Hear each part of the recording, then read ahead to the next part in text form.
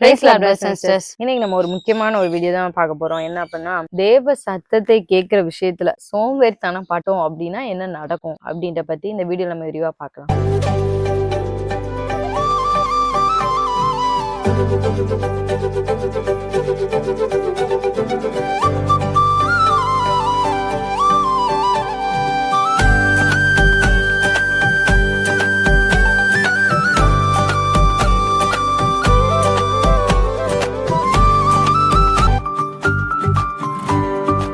பொதுவா பாத்தீங்க அப்படின்னா, தேவ சத்தம் அது வந்து நம்ம லைஃப்ல வந்து ரொம்ப ரொம்ப முக்கியமானது ஒரு விஷயம். அதை நம்ம எந்த அளவுக்கு சீக்கிரம் புரிஞ்சு கொள்றோமோ அந்த அளவுக்கு நம்ம லைஃப் வந்து இதாகும், சேஃபா ரொம்ப செக்யூரா மாறும். ஆமா. ஏன் அப்படின்னா, ஆண்டவருக்கும் நமக்கும் ஒரு கனெக்ஷன் நிச்சயமா வேணும். நம்மளுடைய தகப்பனா இருக்காரு, அவர் சத்தத்தை நம்ம நிச்சயமா கேட்க இது பண்ணும். என்ன நம்மளால ஆடிபிளா நம்ம மனுஷங்க நம்ம ரொம்ப ஃபிளஷ்லயே இப்ப மாம்சத்திலே நம்ம வந்து இருக்கனால நம்ம வந்து இது வந்து ஈஸியா இருக்கும். இப்ப நம்ம ஒரு ஏதோ ஒண்ணுன்னா நம்ம டக்குன்னு போன் பண்ணி கேட்டுக்குவோம், இல்ல பக்கத்துல உட்காந்து கேட்டுவோம். ஆனா ஆண்டவர்கிட்ட நம்ம டக்குன்னு அப்படி அந்த மாதிரி பதில் வாங்க முடியாது. அதுல நிறைய கன்ஃபியூஷன் வந்து நிறைய வரும். அப்ப அந்த மாதிரி இருக்கிறவங்களுக்கு தான் ஆண்டவர் வந்து என்ன சொல்றாருன்னா, அதுக்காக நம்ம சோம்பேறித்தனப்பட்டு அந்த விஷயத்துல ஒரு சின்ன சொதப்பல் நடந்துருச்சுன்னு வைங்களேன், டெசிஷன் எடுக்கிறதுலயே டோட்டலா சேஞ்ச் ஆயிர மாதிரி மாறிடும். அவ்வளவுதான். நம்மளுடைய லைஃபே நிறைய பேருடைய லைஃப் வந்து அப்படி சேஞ்ச் ஆனதுக்கு அது ஒரே ஒரு காரணம், ஆண்டவுடைய சத்தத்தை கேட்கறதுல ஒரு சோம்பேறித்தனம் பட்டனால தான். ஏன்னா ஏன் சோம்பேறித்தனம் அப்படின்னு சொல்றோம் அப்படின்னா, சில நேரம் ஆண்டவருடைய சத்தத்தை கேட்கறதுக்காக நம்ம ரொம்ப வெயிட் பண்ண வேண்டியதா இருக்கும். மோசே மாதிரி 40 நாள் நம்ம மலையில போய் உட்கார்ற மாதிரி. இப்போ உள்ள காலத்துல மலையில நம்ம லிட்டரலா நம்ம போகாட்டினாலும் அட்லீஸ்ட் நம்ம கொஞ்சம் வெயிட் பண்ணி அந்த ஆன்சர் வாங்குற மாதிரி இருக்கும். நம்ம மனுஷங்களா நம்மளுக்கு வந்து அந்த அளவுக்கு சில நேரம் பொறுமை இருக்க மாட்டேங்குது. அதனால நிறைய பிரச்சனைகள் வந்து நமக்கு வருது. இப்ப நம்ம ஒரு வசனம் நம்ம பார்க்கலாம். யோவான் 10:3-5 வரைக்கும். வாசலை காக்கிறவன் அவனுக்கு திறக்கிறான், ஆடுகளும் அவன் சத்தத்துக்கு செவி கொடுக்கிறது. அவன் தன்னுடைய ஆடுகளை பெயர் சொல்லி கூப்பிட்டு அவைகளை வெளியே நடத்தி கொண்டு போகிறான். அவன் தன்னுடைய ஆடுகளை வெளியே விட்ட பின்பு அவைகளுக்கு முன்பாக நடந்து போகிறான். ஆடுகள் அவன் சத்தத்தை அறிந்திருக்கிறபடியினால் அவனுக்கு பின் செல்கிறது. அந்நியருடைய சத்தத்தை அறியாதபடியினால் அவைகள் அந்நியனுக்கு பின் செல்லாமல் அவனை விட்டு ஓடிப்போம் என்றார். ஒரு நல்ல ஒரு வசனம். உண்மையாமே ஒரு ஆட்டுக்குட்டிக்கு வந்து தன்னுடைய மேய்ப்பனுடைய சத்தம் வந்து அதுக்கு தெரியும். இப்ப அது இன்னைக்குதான் பிறக்குதுனாலும் அது வந்து அதை பிராக்டிஸ் பண்ணுது. ஓகே, இதுதான் இவர் தான் அப்படின்னு எப்படி நம்ம சின்ன பிள்ளைங்க வந்து பிராக்டிஸ் பண்றாங்கல்ல நம்ம அப்பா அம்மா, அந்த பிராக்டிஸ் தான். அதே தான் சேம் ஆண்டவரா தான் சொல்றாரு. அவங்க வந்து வேற அந்நியருடைய சத்தம் வந்து அவங்களை வந்து இது பண்ணாது. ஆடுகள் அவன் சத்தத்தை அறிந்திருக்கிற அந்நியருடைய சத்தத்தை அறியாதபடினால் அவைகள் அந்நியனுக்கு பின் செல்லாமல் அவனை விட்டு ஓடிப்போம். இது வந்து அந்நியன் சத்தமா இருக்கு, அதனால நம்ம அங்க போக கூடாது அப்படின்றது அந்த ஆடுகளுக்கே தெரியுது. நம்ம வந்து இயேசு கிறிஸ்துட்ட வந்துட்டோம், 5 அறிவு படைத்ததான் அந்த ஆடுகளுக்கே வந்து நல்லா வந்து தெரியுது. நம்ம சின்ன பிள்ளைகளும் பாத்தீங்கன்னா உங்களுக்கு வந்து அவங்க ஒரு ஏஜ் ஒரு கரெக்டா எனக்கு தெரியல, ஆனா ஒரு 2 வருஷம் ஒரு 3 வருஷம் ஆகும்போது அவங்க 2 வருஷமே அதிகம் தான், ஒரு வயசு 1.5 வயசுலயே அவங்களுக்கு வந்து அந்த நல்ல ஒரு நாலேஜ் வந்து கிடைச்சிருச்சு. ஓகே, இதான் நம்ம அம்மா, இதான் அப்பா, இவங்கதான் தாத்தா பாட்டி, இவங்கதான் இவங்க அப்படின்ற எல்லா ஃபுல் நாலேஜ் வந்து அவங்களுக்கு வந்து கிடைச்சிருது. அந்த சவுண்டு கூட அவங்களுக்கு தெரியுது. அவங்க முகத்தையே நம்ம பார்க்காதனால நம்ம கூப்பிடும் போது நம்ம தான் கூப்பிடுறோம் அப்படின்ற அறிவு வந்து அவங்களுக்கு வருது. அப்ப நம்ம இதை எப்படி நம்ம பெறுறது அப்படின்னா, பைபிள் நீங்க வந்து ஃபர்ஸ்ட் வாசிக்கணும். அந்த வார்த்தையின் மூலம் அவர் பேசுவார். முதல்ல ஃபர்ஸ்ட் ஸ்டெப்பே அதான். நீங்க ஆண்டவருக்குள்ள வந்துட்டீங்கன்னா பைபிள் இல்லாமலாம் கிறிஸ்தவ வாழ்க்கை வாழவே முடியாது. அது வந்து முற்றிலும் வந்து அது ரொம்ப ஒரு தவறான ஒரு விஷயம். அந்த வார்த்தை மூலமா ஆண்டவர் வந்து நம்மகிட்ட வந்து கண்டிப்பா பேசுவார். வார்த்தை வந்து ஜீவன் உள்ளது. ஏன் பேசுவார் பைபிள்ல இருக்க ஒரு வார்த்தையும் ஜீவன் உள்ளது. உயிர் ஜீவனா என்ன, அதுக்கு வந்து சொல்லப்படுற எல்லா வசனங்களுக்குமே ஒரு உயிர் இருக்கு. இப்ப எப்படி நமக்கு ஒரு உயிர் இருக்கு, உங்களுக்கு ஒரு உயிர் இருக்கு. இன்னைக்கு இந்த மரங்களுக்கு உயிர் இருக்க வரைக்கும் அதுங்க நல்லா கனி கொடுத்து எல்லாமே பண்ணும். விலங்குகள், பறவைகள் எல்லாத்துக்கும் உயிர் இருக்குன்னு சொல்றோம். அதே போல இந்த வார்த்தைக்கு உயிர் இருக்கு. உயிர் இருந்தா அந்த வார்த்தை எந்த அளவுக்கு செயல்படுது, நம்ம உயிர் இருந்தா எந்த அளவுக்கு செயல்படுறோம், அதே மாதிரி அந்த வார்த்தையும் வந்து உயிர் இருந்துச்சுன்னா அவ்வளவு செயல்படும். அதிகாரம் இருக்கு. இதுக்கு எந்த ஒரு அழிவே இல்லாத ஒரு இதுதான் வந்து ஆண்டவருடைய வார்த்தை. அப்ப நம்ம உட்கார்ந்து ஆண்டவரே இந்த ஒரு காரியத்துக்காக நம்ம பாரப்பட்டு ஜெபிக்கிறோம், ஒரு இரவெல்லாம் நம்ம ஒரு மணி நேரம் ஸ்பெண்ட் பண்ணி ஜெபிக்கிறோம் அப்படின்னா மறுநாள் காலையில நம்ம பைபிள் வாசிக்கும் போது ஒரு வார்த்தை வந்து நமக்கு நேரம் வரும். சில பேர் வந்து வரிசையா வாசிப்பாங்க, சில பேர் ரேண்டமா எடுத்து வாசிப்பாங்க. நீங்க எப்படி வாசாலும் சரி, ஆண்டவர் உங்களோட வார்த்தையினால பேசணும்னு நினைச்சிட்டானா எப்படினாலும் பேசுவார். இல்ல அன்னைக்கு காலையில வாக்குத்தத்தம் நீங்க பார்க்கும்போது பேசுவார், டிராவல் பண்ணும்போது பேசுவார், இல்ல டக்குன்னு உங்க மைண்டுக்கு ஒரு வசனம் வரும், அது மூலமா பேசுவார். எப்படியோ உங்களுக்கு ஒரு ஆன்சர் நிச்சயமா கிடைக்கும். ஆனா நீங்க அதுக்கு வந்து ரெடியா இருக்கணும். அதுல கேட்டு பழகணும். வசனத்துல கர்த்தருடைய சத்தத்தை கேட்டு பழகணும். நம்ம வந்து நிறைய நேரம் என்ன பண்றோம் அப்படின்னா, யாராவது எனக்கு ஒரு ப்ராஃபட்டிக் வேர்ட் சொல்ல மாட்டாங்களா, யாராவது ஜெபிச்சு வந்து ஹியூமன் வாய்ஸை நம்ம எதிர்பார்த்துட்டே இருக்கோம். இது ஹியூமன் வாய்ஸையும் தாண்டி நம்ம இன்னும் நம்ம இந்த ஸ்பிரிச்சுவல் லெவல்ல நம்ம இன்னும் வரும்போதுதான் இதை நம்ம இன்னும் கத்துக்கும் போதுதான், ஏன்னா நம்ம இது வந்து ஒரு புதுசுதான். ஆரம்பத்துல எப்படி சின்ன பிள்ளைங்க வந்து ஒரு வாய்ஸா ரெகக்னைஸ் பண்ணா கொஞ்சம் சிரமப்பட்டு டைம் எடுத்து கத்துக்குதுங்களோ, அதே போலதான் நம்மளுமே டைம் எடுத்து நம்மளும் தான் இது. ஆனா கத்துக்கிட்டதுக்கு அப்புறம் நமக்கு வந்து இது ரொம்ப வந்து ஒரு சுலபமான ஒரு இதா இருக்கும். கண்டிப்பா. அதெல்லாம் நீங்க வந்து பிராக்டிஸ் பண்ணணும். ஒரு 1 இயர் ஆகலாம். இப்பதான் நீங்க ஸ்டார்டிங் ஸ்டேஜ். நான் இப்பதான் ஒரு புதுசா ரட்சிக்கப்பட்ட ஒரு விசுவாசி அப்படின்னு நீங்க நினைச்சீங்கன்னா, இது வந்து 1 வருஷம் ஆகலாம், 2 வருஷம் ஆகலாம். நீங்க பொறுமையா இருக்கணும். அந்த விஷயத்துல வந்து பொறுமையா இருக்கணும். அவசரப்படக்கூடாது. இப்ப நான் 5 நிமிஷம் ஜெபம் பண்ணிட்டேன். அடுத்த 5 நிமிஷத்துலயே ஆண்டவர் சத்தத்தை நான் ஏன் கேட்க முடியல? அப்படின்ற மாதிரி நீங்க அவசரப்படக்கூடாது. அதனால அந்த விஷயத்துல ஆண்டவருடைய சத்தத்தை கேட்கிற விஷயத்துல எல்லாருக்கும் பொறுமை தான் அதிகமா வந்து தேவைப்படுது. அதுக்கடுத்து 2வதா பார்த்தோம் அப்படின்னா, அநேகர் வந்து எப்படி நினைக்காங்க அப்படின்னா, நம்ம பிதாவாகிய தேவனிடம் நம்ம போய் ஜெபிக்க ஏசப்பா மட்டும் நமக்கு போதும். ஏன்னா அவருடைய ரத்தத்தினால அவர் பரிந்து பேசுகிறார். நானே வழியும் சத்தியமும் ஜீவனாயிருக்கிறேன், என்னை அல்லாமல் ஒருவனும் பிதாவினிடத்தில் வரார். அதனால நம்ம ஜெபிக்கும் போதே எப்படி சொல்லி ஜெபிப்போம் அப்படின்னா, இயேசுவின் நாமத்தில் ஜெபிக்கிறேன் நல்ல பிதாவே அப்படி சொல்லுவோம். அந்த மாதிரி சொல்லி ஜெபிப்போம். அதாவது ஏசப்பா மூலமா தான் என்னுடைய பிரேயர் நான் உங்களுக்கு சப்மிட் பண்றேன் அப்படின்னு வந்து நம்ம வந்து அதை சொல்றோம். ஆவியானா நம்ம ஹெல்ப் பண்றோம். ஜெபத்துல நம்ம என்னென்ன கேட்கணும், என்னென்ன ஞானம் நினைப்பூட்டுவார் ஆவியானவர், இதெல்லாம் நீ கேளு அப்படின்னு சொல்லுவாரு. இல்ல நமக்குள்ளேயே இருந்து அந்த வாக்கு கடங்கா பெருமூச்சோடு ஜெபிப்பாரு. இதெல்லாம் பண்றது ஆவியானவருடைய ஒர்க். இப்ப திருத்துவ தேவன் வந்து இந்த இடத்திலே வந்து இன்வால்வ் ஆயிருக்காங்க. அந்த பிரேயர்ல வந்து ஃபுல்லா வந்து இன்வால்வ் ஆயிருக்காங்க. இப்ப நம்ம வந்து ஆண்டவருடைய சத்தத்தை கேட்கறதுக்கு இடையில நமக்கு வந்து ஒரு மீடியேட்டர் அப்படின்ற மாதிரி ஹியூமன்ஸா நம்ம வந்து டிபெண்ட் பண்ணணும் தேவை கிடையாது. இப்ப நீங்க எங்களையே நீங்க கேட்டாலுமே நாங்க உங்களுக்காக சப்போர்ட் பண்ணுவோம். ஆண்டவர் சில நேரம் எங்களுக்கு வந்து உங்க மேல ஒரு வார்த்தை கொடுத்தாருன்னா தான் நாங்க சொல்ல முடியும். ஒரு சில பேர் அப்படியே மொத்த பாரத்தையும் ஊழியர்கள் மேல வச்சிருவாங்க. என்னுடைய ஊழியர்கள் எனக்கு ஏதாவது சொல்ல மாட்டாங்களா, இல்ல உங்களை வழி நடத்தினவங்களை யாராவது சொல்ல மாட்டாங்களா, யாரையோ அவங்கள மட்டுமே அப்படியே சார்ந்து நம்பிட்டே இருப்பாங்க. அது வந்து என்ன ஆனா உங்களுக்கும் தகப்பனுக்கு ஒரு லிங்கே இல்லாம இருக்கும். ஒரு பிள்ளை வந்து பிறந்ததுல இருந்து தன்னுடைய தகப்பனே பார்க்காம வளருதுன்னு வைங்க. ஆனா தகப்பன் இருக்காரு, இருந்தும் அவருடைய சத்தத்தையும் அந்த பிள்ளை கேட்கல இல்ல அப்படின்னா, அவர்கிட்ட போய் பேசவும் இல்ல அப்படின்னா அவங்கள அந்த ரிலேஷன்ஷிப் எப்படி இருக்கும்? 3வது நபரை விட்டு எவ்வளவு நாள் தான் நம்ம போய் காரியத்தை சாதிக்க முடியும்? ஏன்னா அவரே பேச ரெடியா இருக்காரு. அவர்கிட்ட நமக்கு பேசுறதுக்கு நமக்கு ரைட்ஸ் இருக்கு, அதிகாரம் கொடுத்திருக்காரு. அவருடைய பிள்ளைகளா நம்ம எல்லாம் அழைக்கப்படுறோம். ஒரு தகப்பன்ட்ட நம்மளே டைரக்டா கேட்டுக்கலாம். கேட்கவும் செய்யணும், பதிலும் வாங்கணும். அதுலதான் இருக்கு.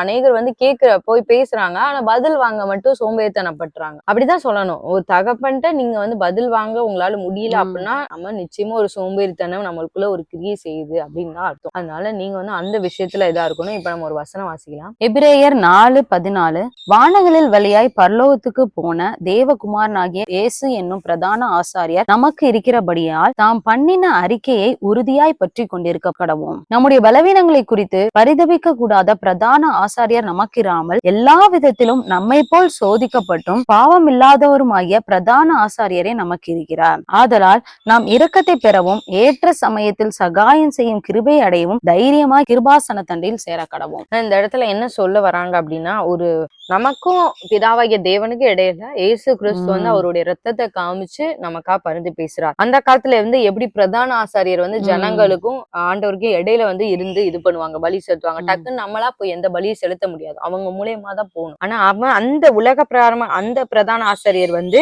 பரிதவிப்பாங்க. நம்மளுடைய பிரச்சனை கேட்கும்போது, ஓகே உங்களுக்கு இப்படி ஒரு பாடுகள் இருக்கா, பிரச்சனை இருக்கா அப்படின்னு. ஆனா இந்த பிரதான ஆசிரியர் இந்த இயேசு கிறிஸ்து வந்து அப்படி கிடையாது. அவர் நம்மை போலவே பாடுபட்டாரு, இந்த உலகத்துக்கு வந்து எல்லாமே அவர் பண்ணாரு. அப்ப அவருக்கு அந்த ஃபீல் தெரியும். இப்ப என் பிள்ளை இந்த மாதிரி கஷ்டத்துக்குள்ள போகுது அப்படின்ற ஃபீல் தெரிஞ்சு அவர் பிதாவாகிய தேவன் நமக்காக பரிந்து பேசுறாரு. அதனால நம்ம என்ன பண்ணலாம்னா, நாம் இரக்கத்தை பெறவும் ஏற்ற சமயத்தை சகாயம் செய்யும் கிருபை அடையும் தைரியமாய் நம்ம ஆண்டவர்கிட்ட போய் பேசலாம், நம்ம ரிப்ளையும் வாங்கலாம். நம்ம பிதாட்ட நம்ம போய் இயேசு கிறிஸ்துவின் நாமத்துல நம்ம போய் பேசவும் செய்யலாம், அவர்கிட்ட இருந்து நம்ம பதிலும் நம்ம வந்து பெற்றுக்கொள்ளலாம். இதுக்கு நம்ம சோம்பேறித்தனம் மட்டும் படாம இருந்தோம்னாலே பாதி வேலை முடிஞ்சு. அடுத்து 3வதா பார்த்தோம் அப்படின்னா, இதுல வந்து உங்களுடைய லெவல் என்ன அப்படின்னு நீங்க புரிஞ்சுக்கணும். ஆண்டவர் ரொம்ப முக்கியம். ஆண்டவருடைய சத்தத்தை கேட்கறதுல நீங்க என்ன லெவல்ல இருக்கீங்க அப்படின்னு சொல்லிட்டு. ஏன்னா எல்லாருமே வந்து உடனே ஆண்டவருடைய சத்தத்தை அப்படிலாம் கேட்க முடியாது. எல்லாருமே இன்னைக்கு இருக்க யாரோ ஆண்டவருடைய சத்தத்தை இப்ப நாங்க கேட்கிறோம் அப்படின்னா, இது எல்லாமே ஒரே நாள்ல வந்து நடந்த கதையே கிடையாது. எல்லாமே ஒரு அப்படியே டெவலப் ஜர்னி இன்னும் போய்கிட்டே தான் இருக்கும்.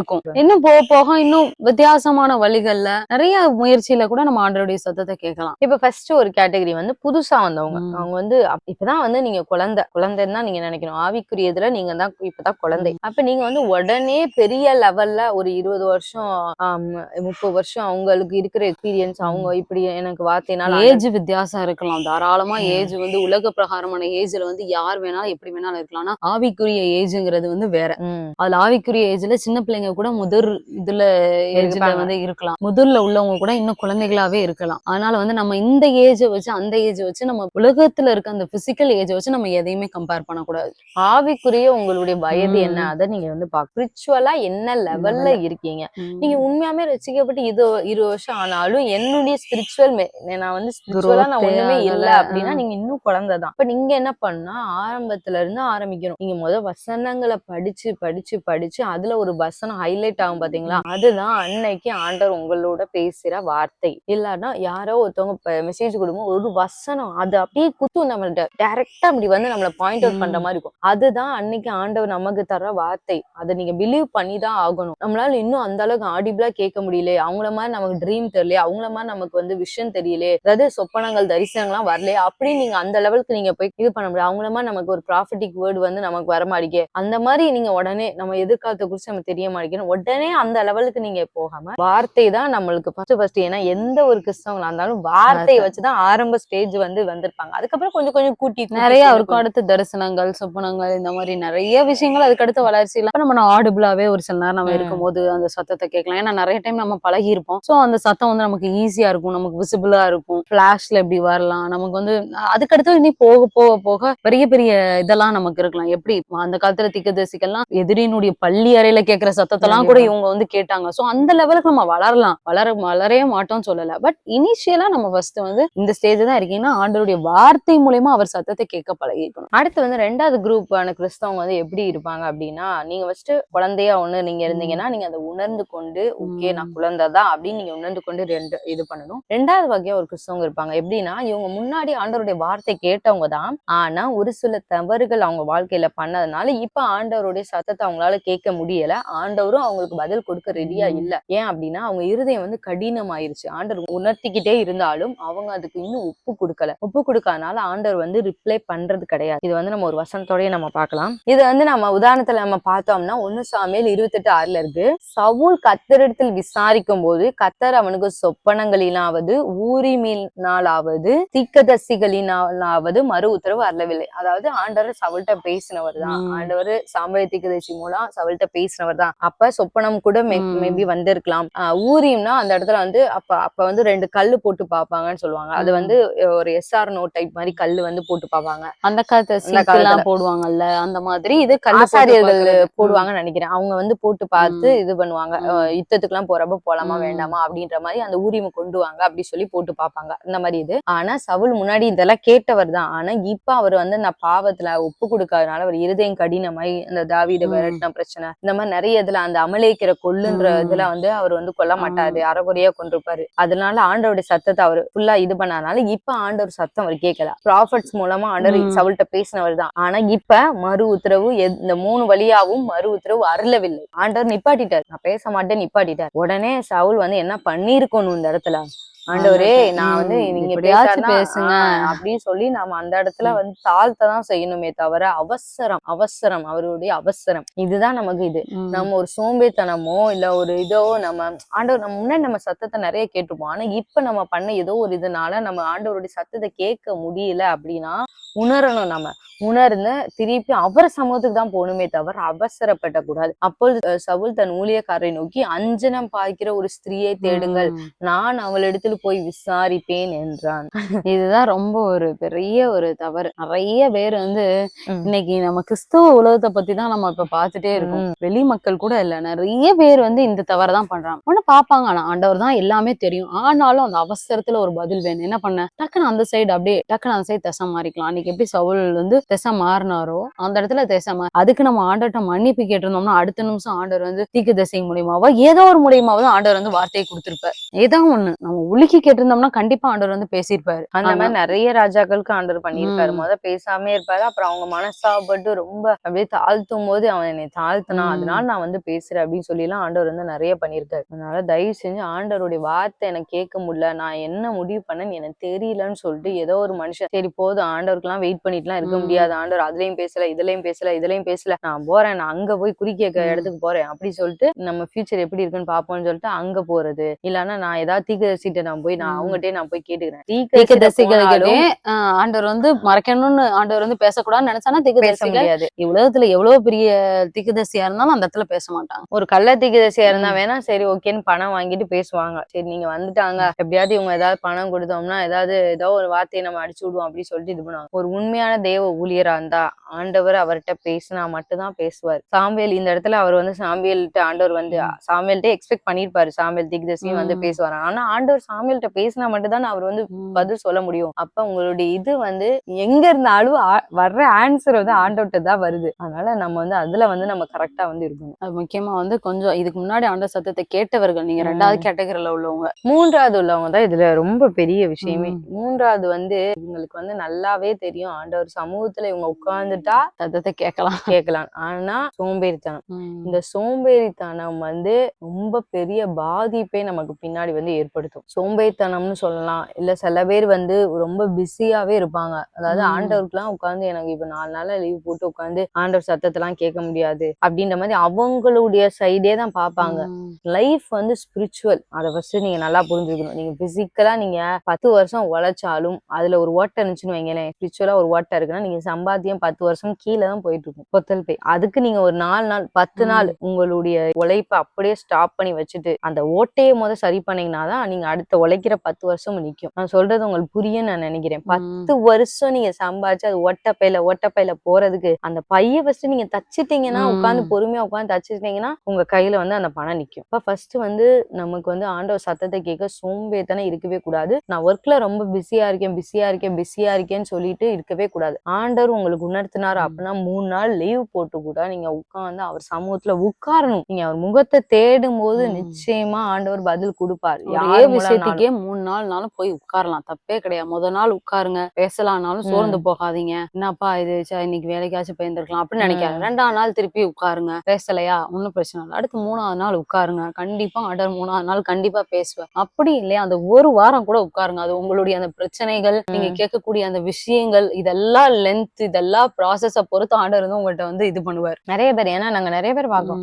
இப்போ ஒரு ஹாஸ்பிட்டல் போகணும்னா 100 ஹாஸ்பிட்டல்னாலும் ஏறி இறங்குவாங்க. ஆனா ஒரு 7 நாள் பாஸ்டிங் போட்டு ஜெபம் பண்ணுங்க அப்படின்னா 7 நாள் லீவ் எடுக்கணுமே, 7 நாள் நான் என்ன செய்ய, என்னுடைய மேனேஜர்ட்ட நான் என்ன சொல்ல, 7 நாள் நான் கடை புட்டணுமே என்ன செய்ய, 7 நாள் நான் ஆள் மாத்தி விடணுமே என்ன செய்ய, இப்படி நிறைய கொஸ்டின்ஸ் வந்து நம்மகிட்டே கேட்பாங்க. அப்ப இப்போ ஒரு இதுதான் ரொம்ப உங்க பிள்ளைய நீங்க 7 நாள் ஹாஸ்பிட்டலா கூட்டு போகணும், இல்ல 7 நாள் நீங்களே ஹாஸ்பிட்டல் போனா என்ன செய்வீங்க? ஏதோ ஒரு மாற்று ஏற்பாடு பண்ணி தானே ஆவீங்க. உங்களுடைய லைஃபே இந்த இடத்துல ஒரு கேள்விக்குறியா இருக்கும்போது ஒரு 7 நாள் ஆண்டவர் சமூகத்துக்கு நீங்க ஒதுக்கி தான் ஆகணும். அதுல எல்லாம் யாரும் இல்ல அந்த 7 நாளுக்காக நான் ஒரு 1000 ரூபாய் கொடுத்து நான் யார்ட்ட ஜோம் பண்ணிட்டு போறேன், தயவு செஞ்சு அப்படி பண்ணாதீங்க. அப்படி பண்ணாதீங்க. உங்களுக்கு ஊழியர்கள் சப்போர்ட் தான் பண்ண முடியும். மத்தபடி உங்களுடைய ஃபுல் ரெஸ்பான்சிபிலிட்டி ஆண்டவர் பேச அந்த வசனம் நல்லா இருக்கு பாத்தீங்களா? கர்த்தர் அவனு சொப்பனத்திலயும் பதில் வரல. அதாவது சொப்பனன்றது டைரக்டா ஒரு மனுஷனோட ஆண்டவர் பேசுகிற இடைப்படுகிற ஒரு இடம் தான் சொப்பனம். டைரக்டாவும் பேசல. ஊரிம்ன்றது அந்த ஆசாரியர்கள் அவங்க அந்த இதா இருப்பாங்கல்ல உள்ளுக்குள்ள, அவங்கள வந்து கொண்டு வர சொல்லி போட்டு பார்க்க சொல்லுவாங்க. அதாவது கொஞ்சம் சப்போர்ட், வெளியே சப்போர்ட், அதுவும் வரல. அதுக்கடுத்து ஒரு இதான் டைரக்ட் தான். அதாவது இது வந்து எஸ்ஆர் நோ டைப்ல தான் இருக்கும் அந்த ஊரிம். அப்ப ஒரு இது யாராவது ஒருத்தவங்க வந்து நமக்கா ஜோமனி சரி பண்ணி செய்யுது, அது ஒரு எஸ்ஆர் நோ, அத சில பேர் ஒரு கன்ஃபர்மேஷன் வாங்குற மாதிரி. தீர்க்கதரிசின்றவங்க டாப் எக்ஸாக்டா அவங்க சொல்லுவாங்க. ஆனா அதையும் ஆண்டவர் சொல்லல. ஏன்னா அவர் மனசு வச்சாதான் நமக்கு பதில் சொல்ல முடியும். டைரக்டா உங்ககிட்ட பேசினாலும் சரி, எஸ்ஆர் நோ டைப் கன்ஃபர்மேஷன் யாரா மூலமா தந்தாலும் சரி, இல்ல ப்ராஃபட் அனுப்பி ஆண்டவரே உங்க டைரக்டா பேசினாலும் அவர் மனசு வைக்கணும். அதுக்கு நம்ம நிச்சயமா உட்காரணும், அவர் சமூகத்துல உட்காரணும். நீங்க உட்கார்ந்து பழகுங்க. அதுக்கப்புறம் உங்க லைஃப பாருங்க. ஆண்டவர் எப்படியாவது பேசுவார், எந்த வழியிலனாலும் பேசுவார். அவர் ஒரு மனுஷன்ட்ட பேசணும்னு நினைச்சிட்டாருன்னா இந்த வழிதான் அப்படி கிடையாது. எந்த வழியில எந்த டைமிங் பீரியடும் கிடையாது. நீங்க முதல் நாள் உட்காரும் போதே கூட ஆண்டவர் பேசலாம். நீங்க 3ஆம் நாள் 4ஆவது நாள் உட்காரும் போதும் பேசலாம். இல்ல நீங்க பேச வைக்க நான் எந்திக்க மாட்டேன் அப்படின்னு பிடிவாதமா இருங்க. தாராளமா வந்து, ஏன்னா அப்பெல்லாம் நாங்க நிறைய நாள் பண்ணிடுவோம். நீங்க இதுக்கு ஒரு சொல்யூஷன் சொல்ற வரைக்கும் நாங்க முடிக்க மாட்டோம் அப்படின்னு. ஒரு சில நேரம் 40 நாள் நாங்க போடுவோம். ஒரு சில நேரம் உபாசனம் எல்லாம் கூட ஒரு சில நேரம் 40 நாள் போடுவோம். அத 21வது நாள்லயே எங்களுக்கு சொல்யூஷன் கிடைச்சிரும். ஒரு சில நீங்க பகல்ல தான் நீங்க போடணும், இல்ல நீங்க நைட் டைம் கூட போடலாம். நீங்க ஏதோ ஒரு நேரம் போடலாம். ஒரு சில நேரம் பார்த்தா 40 நாள் தாண்டி எல்லாமே முடிஞ்சதுக்கு அப்புறமா ஒரு 6 மாசம் கழிச்சு ஒரு சில காரியங்கள்லாம் நடக்குது. இதெல்லாம் வந்து நம்ம நம்ம வந்து இது பண்ண முடியாது. ஸோ நம்ம ஆண்டவர் சமூகத்துல உட்காரணும், உட்கார்ந்து பழகுறதுல வந்து நம்ம சோம்பேறித்தனப்படக்கூடாது. அவர் முகத்தை தான் நம்ம தேடணும். அடுத்து அஞ்சனா உடனே அவர் ரிசல்ட் வரல அப்படின்னோடனே சரி அஞ்சனா பாக்குற ஸ்திரீயை தேடுங்கப்பா, அந்த இதையாவது நம்ம கேட்போம் அப்படின்னு சொல்லிட்டு அப்படி ட்ராக் மாறி போயிடக்கூடாது. இல்ல நம்ம சுய ஞானத்துல இது பண்ணக்கூடாது. நம்ம குடும்பத்துல இவங்கதான் மூத்தவங்க, அவங்ககிட்ட போய் கேட்போம் அப்படின்னு சொல்லி இது பண்ணிடக்கூடாது. அவங்க வந்து மனுஷ யோசனை தான் சொல்லுவாங்க. ஆண்டவர்ட்ட வந்து நீங்க டைரக்டா பதில் வாங்கினா மட்டும்தான் உங்களுடைய லைஃப் வந்து சமாதானம் சந்தோஷமா இருக்கும். இந்த வீடியோ உங்களுக்கு ரொம்ப பிரயோஜனமா இருந்திருக்கும் அப்ப நாங்க விசுவாசிக்கிறோம். இப்ப நம்ம பார்த்தோம், நம்ம வந்து உண்மையாலுமே வந்து எதுக்கு நம்ம சோர்ந்து போக கூடாது. முக்கியமா வந்து ஆண்டவருடைய சத்தத்தை நம்ம வந்து கேட்கறதுக்கு வந்து எந்த காலத்திலயும், அது எந்த கேட்டகரி மக்களா இருந்தாலும் சரி, ஃபர்ஸ்ட் கேட்டகரியா இருக்கலாம், எந்த கேட்டகரி மக்களா இருந்தாலும் சரி, நம்ம சோர்ந்து போக கூடாது. ஆண்டவருடைய சத்தத்தை கேட்க நம்ம பழகிக்கணும். அது தாராளமா பழகிட்டோம் அப்படின்னா, கரெக்டா நம்ம பழகிட்டோம் அப்படின்னா நமக்கு ஆசீர்வாதம் வந்து நமக்கு ரொம்ப பக்கத்துல இருக்கு. நம்ம ஈஸியா பெற்றுக்கொள்ளலாம். இந்த வீடியோ நீங்க அநேகருக்கு ஷேர் பண்ணுங்க. இந்த சத்தியம் தெரியாதவங்க பிரயோஜனமா இருக்கு. மீண்டும் அடுத்த ஒரு வீடியோல உங்களை சந்திக்கிறோம். கர்த்தர் உங்களை ஆசீர்வதிப்பாராக.